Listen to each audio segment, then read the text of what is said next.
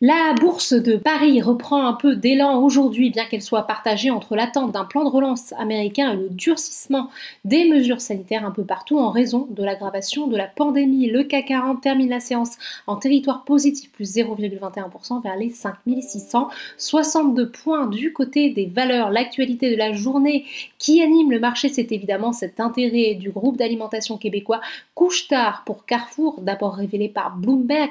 L'information a ensuite été confirmée par les principaux intéressés.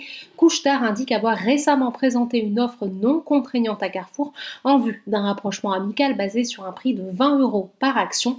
Peu connu en France, le groupe spécialiste des magasins de proximité, dit les dépanneurs, est implanté en Amérique du Nord et en Europe du Nord. Le titre du distributeur Carrefour s'offre un décollage de plus de 13%, en hausse également le segment technologique avec Téléperformance plus 3,11% et Atos plus 2% qui bénéficie de la menace de nouvelles restrictions sanitaires. Capgemini profite de son côté d'un relèvement de recommandation de JP Morgan qui passe de neutre à surpondéré, plus 1,29% pour le titre. Natixis plus 3,77% bénéficie d'un relèvement d'objectif de cours d'UBS de 2,80 € à 3,30 €. À l'inverse, Unibail-Rodamco Westfield est en repli, pénalisé par le scénario d'une nouvelle et troisième fermeture des commerces dits non essentiels, moins 2,50%.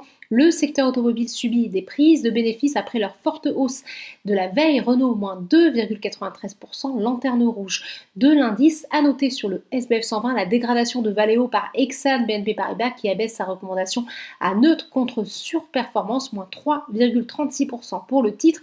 Toujours sur le SBF 120, Virbac est en forte baisse. Pour rappel, le groupe publiera ses résultats annuels le 19 janvier. À l'inverse, les gagnants du jour s'appellent Ubisoft, qui s'offre un bond après l'annonce par le groupe d'un accord avec Lucasfilm Games pour créer un nouveau jeu inspiré de la saga Star Wars. Et Casino profite de l'agitation autour de Carrefour. Outre-Atlantique, toujours beaucoup d'attentisme à l'approche d'une nouvelle procédure de destitution visant Donald Trump et avant le début de la saison des résultats qui démarre ce vendredi. Au moment de la clôture parisienne, le Dow Jones est à l'équilibre, le Nasdaq et le S&P 500 évoluent dans le vert. Voilà, c'est tout pour ce soir. N'oubliez pas, toute l'actualité économique et financière est sur Boursorama.